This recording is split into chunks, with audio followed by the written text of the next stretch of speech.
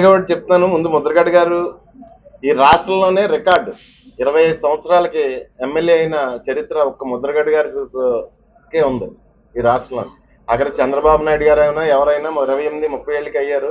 ఆయన 25 సంవత్సరాలకి ఎమ్మెల్యే అయ్యారు. కాకపోతే ఆయనకి దురదృష్టవశాత్తు మీడియా లేదు. ఆయన విమర్శించే మీడియా ఉంది కానీ ఆయన గురించి చెప్పి మీడియా లేదు. ఒకసారి రాష్ట్రంలో ఉన్న యువత అందరికీ కూడా తెలియజేయడానికి చెప్పాను. ఆయన ముద్రగడ పద్మనాభం గారు పిల్లలు నిన్న ఉత్తరం రాశారు.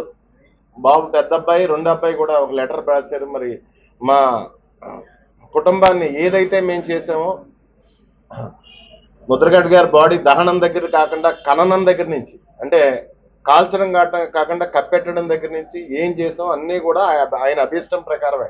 ఆయన 3 నెలల ముందే ప్లేస్ చూపించారు, డైరీ, ఎందుకంటే ఆయన చావు ఆయనకు తెలుసు కాబట్టి డైరీలో నోట్ చేసి పెట్టారు. ఏదైతే చిన్న సంఘటనలు జరిగాయో అన్నీ ఆయన ఇష్ట ప్రకారమే చేసాం. ఎందుకంటే ఆయన లాస్ట్ కోరిక తీర్చాలన్న ఉద్దేశంతో ఆ కుమారులు కానీ ఆవిడ కానీ మా భార్య కానీ వారు ప్రయత్నం చేశారు. దాన్ని మీరు రాజకీయంగా వాడుకుంటున్నారంటే ఇంక దాన్ని మేమేం చేసే పరిస్థితి లేదు. నిన్న కూడా చెప్పారు వాళ్ళు చెప్పింది కూడా చూసాం. ఎందుకంటే ఎవరన్నా ఇంకా ఆ విషయాలు అయితే ఇచ్చాము. అదే విధంగా ప్రోటోకాల్ ఒక మాజీ మంత్రికి ఎప్పటికైనా సరే ప్రభుత్వ లాంఛనాల్లో దేబెడతారు. అంతేకాని చంద్రబాబు నాయుడు గారో లేకపోతే డిప్యూటీ సీఎం గారో డిస్కస్ చేసి ఆయనకి ఇవ్వడం కాదు అది. ప్రతి మాజీ మంత్రికి ఆఖరికి నాతో సహా మేము కాలం చేస్తే మాకు ప్రోటోకాల్ ఉంది, మాకు హక్కు ఉంది. ప్రభుత్వ లాంఛనాలతో దేబెడతారు.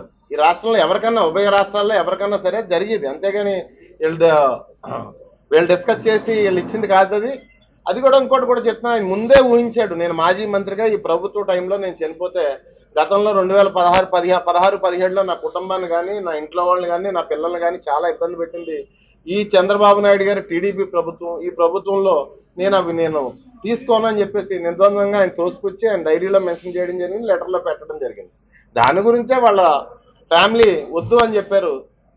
స్పాంటేనియస్గా రియాక్ట్ అయ్యారు. మరి దాని మీద కేసులు పెట్టి మీరు వేధిస్తానంటే వేధించుకోండి, మాకు అలవాటు అయిపోయింది కదా.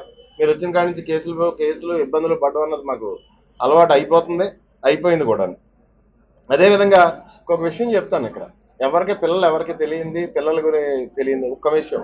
ముద్రగడ పద్మనాభం గారు ఒక కమ్యూనల్ లీడర్, ఎవరన్నా అన్నా కాదన్నా ఆ కమ్యూనిటీ గురించి ఆయన మంత్రి పదవి అయితేనే ఎమ్మెల్యే అయితేనే రాజీనామాలు చేశాడు. అంటే కమ్యూనిటీ గురించి ఆయన త్యాగం చేశాడు.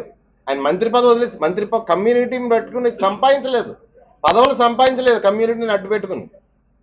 ఆ కమ్యూనిటీ గురించి ఆయన పదవులు త్యాగం చేశాడు. ఒకసారి కాదు 2 సార్లు చేశాడు ఆ పని.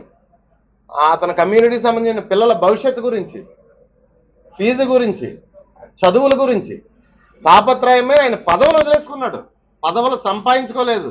ఈరోజు దురదృష్టవశాత్తు పదవులు సంపాదించుకున్న వాళ్ళు అతను చచ్చిపోయినా ఆయన వదలకుండా వెంటాడుతున్నారు. పదవులు సంపాదించుకున్న వాళ్ళు ఆ కమ్యూనిటీ మీద పదవులు సంపాదించుకున్న వాళ్ళు వెంటాడుతున్నారు, వేధిస్తున్నారు ఆ కుటుంబాన్ని, వారిని కూడా. దురదృష్టవశాత్తు అంటే ఆపోజిట్ సైడ్లో ఉన్నవాడు, మంచి సైడ్ ఉన్నవాడిని చెడ్డ అంటున్నారు, చెడ్డ సైడ్ ఉన్నవాడిని మంచిగా క్రియేట్ చేసుకుంటున్నారు, నేరేషన్ బిల్డ్ చేస్తున్నారు. దయచేసి ఇప్పటికన్నా ఆపితే మంచిది. ఒకసారి పిల్లలందరూ కూడా ఆయన గురించి తెలుసుకోండి. అదేవిధంగా రంగా గారు కూడా పేద ప్రజల ఇళ్ల స్థలాల గురించి ఉద్యమం గురించి ఆయన ఆ రోజు పెద్ద నాయకుడిగా క్రియేట్ అవుతున్నాడని అప్పటి ప్రభుత్వం, అప్పుడు తెలుగుదేశం ప్రభుత్వం ఆయన హత్య చేయడం జరిగింది. అక్కడ ఉన్న వాళ్ళు అందరికీ తెలుసు. మరి మా ఊరు ఎస్ఎన్ఆర్ ఎక్కడో విజయవాడలో జరిగిన రంగా గారి గొడవలకి ఆ రోజు కుటుంబానికి ఒకటి చెప్పిన మన కాపునాడు కేసులు ఇళ్ల భోజనాల లిస్టు రెడీ చేసినట్టు ఆ రోజు కూడా 150 మంది మీద మా ఊరు పెద్దలు, అంటే మా తాతలు కోర్టుకు తిరిగేవారు సంవత్సరాల తరబడి.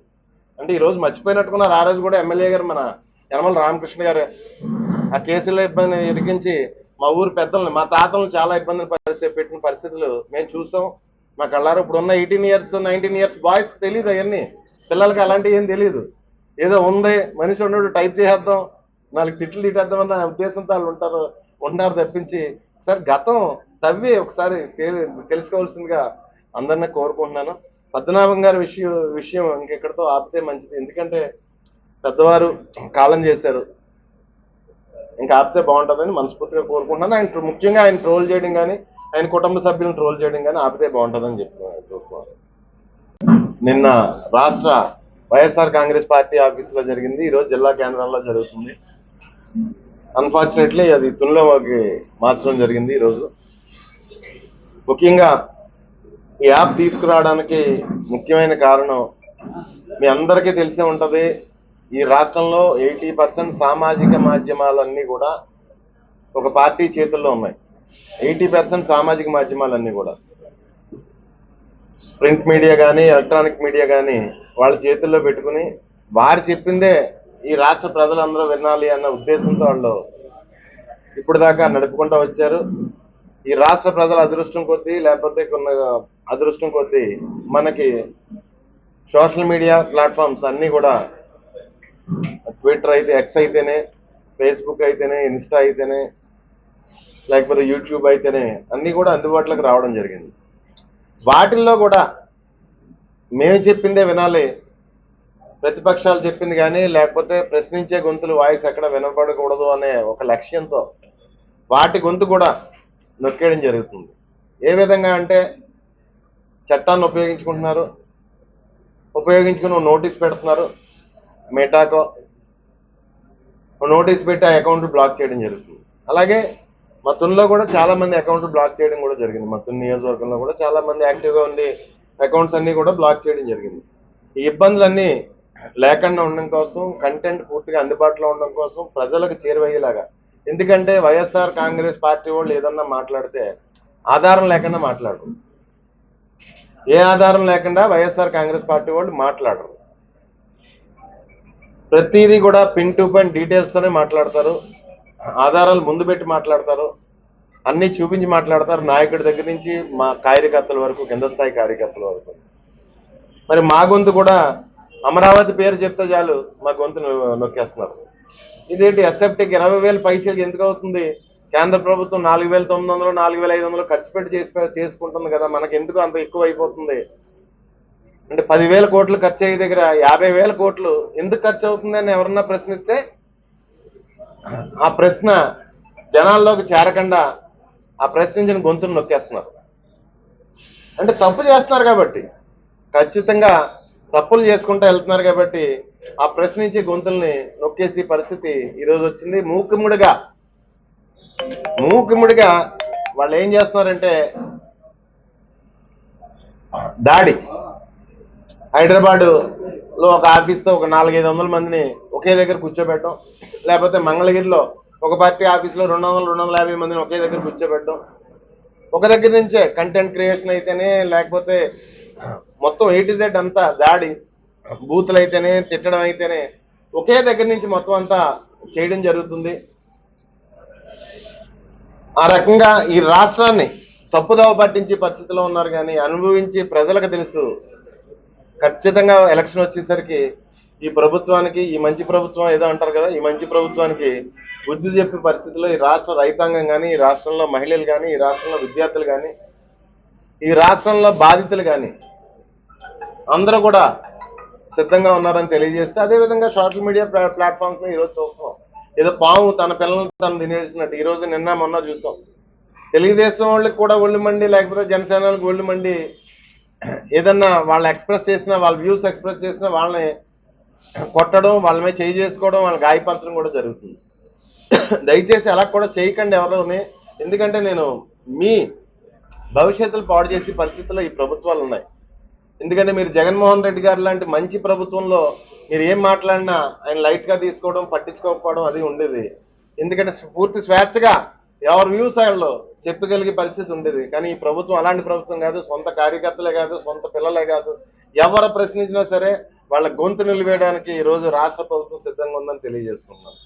అదేవిధంగా మరి చూస్తున్నాం, మరి వైజాగ్ ఋషికొండలోని ఋషులు తపస్సు చేసి ఋషికొండలోని మరి పూర్వం గతంలో అబాండెడ్ రిసార్ట్స్ ఒకటి ఉండేది, హరిత రిసార్ట్స్ అని చెప్పేసి. ఆ రిసార్ట్స్ని తీసేసి కొత్త బిల్డింగ్లు కట్టారు జగన్మోహన్ రెడ్డి గారు. దానికి ఎంత హడావుడి చేశారు. మరి ప్యాలెస్లు, గేలెస్లు, విధ్వంసం, పర్యావరణం అని చెప్పేసి. మరి ఈ రాష్ట్రంలో ఉన్న పర్యావరణ ప్రేమికులందరినీ ఒకే అడుగుతున్నాను, ఈ రాష్ట్రంలో సింహాచలం దగ్గర నుంచి మొదలెట్టి వైజాగ్లో సుమారు 30 కొండలకు గుండు కొట్టేస్తున్నారు. మరి గుర్తురావటం లేదా పర్యావరణ ప్రేమికులారా మీకు ఆ పర్యావరణం అని చెప్పేసి అడుగుతున్నాను. ఒక్క కొండలో అది కూడా పాత హోటల్ తీసేసి కొత్తది కన్స్ట్రక్ట్ చేస్తేనే అంత గోల చేశారే.